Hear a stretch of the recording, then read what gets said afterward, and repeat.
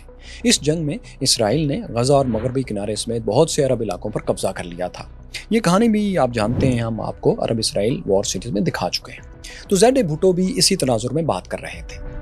بھٹو نے بینظیر کو یہ بھی بتایا تھا کہ اندرا گاندھی نے انہیں زمین یا جنگی قیدیوں میں سے ایک واپس کرنے کی پیشکش کی تھی، جس پر انہوں نے زمین واپس لینے کا فیصلہ کر لیا تھا۔ اس کی وجہ ان کے نزدیک یہ تھی کہ قیدیوں کا مسئلہ عالمی اور انسانی ہے، پھر ہزاروں قیدیوں کو زیادہ دیر تک قید رکھنا بھارتی اکانومی پر ایک بوجھ بھی ہے۔ دراصل ساتھیوں، بھٹو سمجھ گئے تھے کہ اگر زمین آج واپس نہ لی تو اس پر دوبارہ کبھی مذاکرات نہیں ہو سکیں گے، جبکہ قیدیوں کو بھارت لامتناہی وقت کے لیے، ہمیشہ کے لیے تو قید نہیں رکھ سکتا۔ تو بھٹو کے الفاظ میں زمین کوئی بھی ملک اپنے اندر ضم کر سکتا ہے، قیدیوں کو نہیں کر سکتا۔ اسی لیے انہوں نے فوری طور پر 13,000 مربع کلومیٹر کے قریب پاکستان کی زمین واپس لے لی اور قیدیوں کا معاملہ اگلی میٹنگ پر چھوڑ دیا۔ پاکستان کے برعکس بھارت میں شملہ ایگریمنٹ اندرا گاندھی کی ناکامی کی صورت میں دیکھا گیا، کیونکہ وہ جنگ جیتنے کے باوجود کشمیر کے مسئلے کو اپنے حق میں حل نہیں کر پا رہی تھیں۔ لیکن اندرا گاندھی نے ان سب اعتراضات کے باوجود شملہ معاہدے کو بھرپور طریقے سے ڈیفینڈ کیا۔ انہوں نے کہا اگر یورپین ممالک ہارے ہوئے جرمنی کے ساتھ فرسٹ ورلڈ وار کے بعد ویسا ہی نرم سلوک کرتے جیسا انڈیا نے پاکستان کے ساتھ شملہ معاہدے میں کیا ہے، تو نہ ہٹلر پیدا ہوتا اور نہ ہی سیکنڈ ورلڈ وار ہوتی۔ یعنی اندرا گاندھی کے مطابق یہ اقدام پاکستان اور بھارت میں نفرت کے زہر کو پھیلنے سے روکنے کے لیے اٹھایا گیا تھا۔ اس کے علاوہ یہ بھی مانا جاتا ہے کہ ذوالفقار علی بھٹو نے غالباً کشمیر پر اندرا گاندھی سے کچھ خفیہ زبانی کمٹمنٹس بھی کی تھیں جو لکھی نہیں گئی تھیں۔ وہ چاہتے تھے کہ LOC کو تجارت اور سفر وغیرہ کے لیے کھول دیا جائے۔ چند برس تک ایسا ہوتا رہے گا اور اس دوران زیڈ بھٹو پاکستانی عوام کو ذہنی طور پر کشمیر کی تقسیم قبول کرنے پر تیار کر لیں گے، پھر LOC کو باقاعدہ بارڈر قرار دے دیا جائے گا۔ اس طرح پاکستانی عوام ہنگامہ آرائی نہیں کریں گے اور بھٹو حکومت کو بھی کوئی خطرہ نہیں ہوگا۔ شاید یہ بھی ایک وجہ تھی کہ اندرا گاندھی نے شملہ معاہدے میں کشمیر پر کوئی دو ٹوک بات لکھوانے کی ضد نہیں کی۔ بہرحال اگر کوئی خفیہ اس طرح کی کمٹمنٹ تھی بھی، جیسے کچھ لوگ کہتے ہیں، تو وہ پوری نہیں ہوئی۔ اسی وجہ سے کشمیر آج بھی دونوں ممالک کے درمیان متنازع ایک ڈسپیوٹڈ لینڈ ہے۔ کیورس فیلوز، شملہ معاہدے کے بعد پاکستانی جنگی قیدیوں کی واپسی کے لیے بھی بھارت پر عالمی دباؤ بڑھنے لگا۔ معاہدے کے اگلے ماہ اگست میں چین نے بنگلہ دیش کو UNO کا رکن بنانے کی بھارتی کوشش کو ویٹو کر دیا، جس کے بعد آخر بھارت کو شملہ کی طرح قیدیوں کے معاملے میں بھی پاکستان کا مطالبہ ماننا پڑا۔ 28 اگست 1973 کے روز دہلی میں قیدیوں پر پاک بھارت معاہدہ ہو گیا۔ اگلے ماہ 28 ستمبر کو 842 قیدی واگا بارڈر کے راستے پاکستان میں داخل ہوئے۔ یہ زیادہ تر سویلینز تھے، جن میں عورتوں اور بچوں کی بڑی تعداد بھی شامل تھی۔ قیدیوں کی واپسی کا عمل اگلے کئی ماہ تک جاری رہا۔ 30 اپریل 1974 کے روز 734 قیدیوں کا آخری گروپ پاکستان پہنچ گیا۔ اس گروپ میں ایسٹ پاکستان کے فوجی کمانڈر جنرل AK خان نیازی بھی شامل تھے۔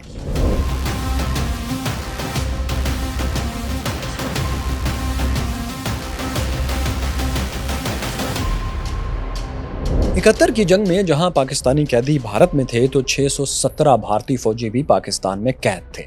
ذوالفقار علی بھٹو نے 1972 کے آخر میں یہ تمام قیدی رہا کر دیے۔ تاہم انڈیا کا دعویٰ ہے کہ اس کے 54 سولجرز اب تک پاکستان میں مسنگ ہیں، وہاں قید ہیں اور واپس نہیں آئے، جبکہ پاکستان کا سرکاری موقف ہے کہ اس کے پاس انڈیا کا ایک بھی جنگی قیدی موجود نہیں ہے۔ یاد رہے کہ اسی طرح کا ایک پاکستانی کلیم بھی انڈیا پر ہے کہ اس کے 38 فوجی جو 71 اور 65 کی جنگ میں مسنگ تھے وہ بھارت میں کہیں موجود ہیں، اور بھارت کا اس پر بھی یہی موقف ہے کہ ہمارے پاس پاکستان کا کوئی قیدی ان 2 جنگوں سے متعلق نہیں ہے۔ انڈیا سے ساتھیوں جنگی قیدیوں کی واپسی کے بعد پاکستان سے بھی بنگالی شہریوں کی ڈھاکہ منتقلی شروع ہو گئی، تاہم بہت سے بنگالی خاندان پاکستان نہیں چھوڑ سکے، جن کی بڑی تعداد آج بھی پاکستان میں موجود ہے اور انہیں پاکستانی شہریت بھی نہیں مل سکی۔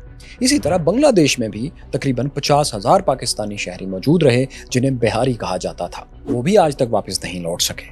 انہیں بنگلہ دیش نے کبھی اپنا شہری بھی تسلیم نہیں کیا۔ ہاں، 2008 میں ان مہاجرین کے بچوں کو ڈھاکہ ہائی کورٹ نے بنگالی سٹیزن شپ دینے کا فیصلہ سنایا تھا۔ ساتھیوں، 71 کے عظیم سانحے کے بعد ذوالفقار علی بھٹو نے کسی طرح پاکستان کو سنبھال لیا تھا، اکانومی، قیدی اور مقبوضہ علاقوں کا مسئلہ حل کر لیا تھا۔ 22 فروری 1974 کے روز انہوں نے بنگلہ دیش کو تسلیم کرنے کا اعلان بھی کر دیا تھا۔ پاکستان اب ایب نارمل حالات سے نارمل حالات کی طرف چل پڑا تھا۔ اس وقت ضروری تھا کہ آزادی کے بعد سے اب تک ایک بہت بڑی ناکامی کا داغ بھی دھویا جائے، یعنی پاکستان کا آئین بنایا جائے۔ پاکستان کا متفقہ آئین بنانے کے لیے پریزیڈنٹ بھٹو کو بہت سے کمپرومائز کرنا پڑے۔ یہ کمپرومائزز کیا تھے؟ بلوچستان کے فوجی آپریشن کے پیچھے واقعہ کیا تھا، کہانی کیا تھی؟ یہ سب آپ کو دکھائیں گے، لیکن ذوالفقار علی بھٹو اور پاکستان کی اس منی سیریز کی اگلی قسط۔ 3 مارچ 1972 کی سرد شام میں ایک سرکاری مرسڈیز GT روڈ پر راولپنڈی سے لاہور جا رہی تھی۔ اس کار میں پاکستانی آرمی کے سربراہ جنرل گل حسن اور ایئر فورس چیف عبد الرحیم خان بیٹھے تھے۔ جنرل گل حسن کی پسلیوں سے ایک پسٹل کی نال لگی ہوئی تھی اور ڈرائیور گاڑی کو اڑائے لیے جا رہا تھا۔ ڈرائیور اور پچھلی سیٹ پر بیٹھے مسلح شخص دونوں کو معلوم تھا کہ اگر یہ بات کھل گئی کہ فوجی سربراہان کو گن پوائنٹ پر کہیں لے جایا جا رہا ہے تو مارشاء اللہ لگ سکتا ہے۔ اس خطرے سے بچنے کے لیے وہ جلد از جلد اپنی منزل پر پہنچنا چاہتے تھے۔ آرمی اور فضائیہ کے سربراہان کو اسلحے کے زور پر کہاں اور کیوں لے جایا جا رہا تھا؟ پریزیڈنٹ بھٹو کو پاکستان کا آئین بنانے کے لیے کیا سیاسی قیمت چکانا پڑی تھی، اور بلوچستان آپریشن کی کہانی کیا تھی؟ میں ہوں فیصل وڑائچ اور دیکھو سنو جانو کی منی سیریز ذوالفقار علی بھٹو اور پاکستان کی دوسری قسط میں ہم آپ کو یہی سب دکھائیں گے۔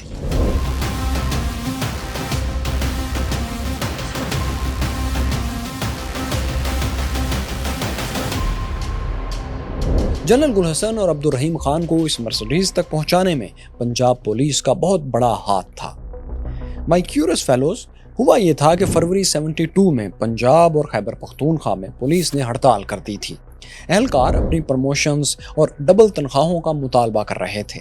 خاص طور پر پنجاب کے شہر فیصل آباد میں تو پولیس والے مظاہرے تک کر رہے تھے۔ مسٹر بھٹو نے پولیس کی ہڑتال کو بغاوت قرار دے دیا تھا۔ انہوں نے ایئر مارشل رحیم خان کو آرڈر دیا تھا کہ ایئر فورس کے طیارے فیصل آباد کے اوپر پرواز کریں، جبکہ جنرل گل حسن کو حکم ملا کہ وہ پولیس والوں کا احتجاج سختی سے کچل دیں۔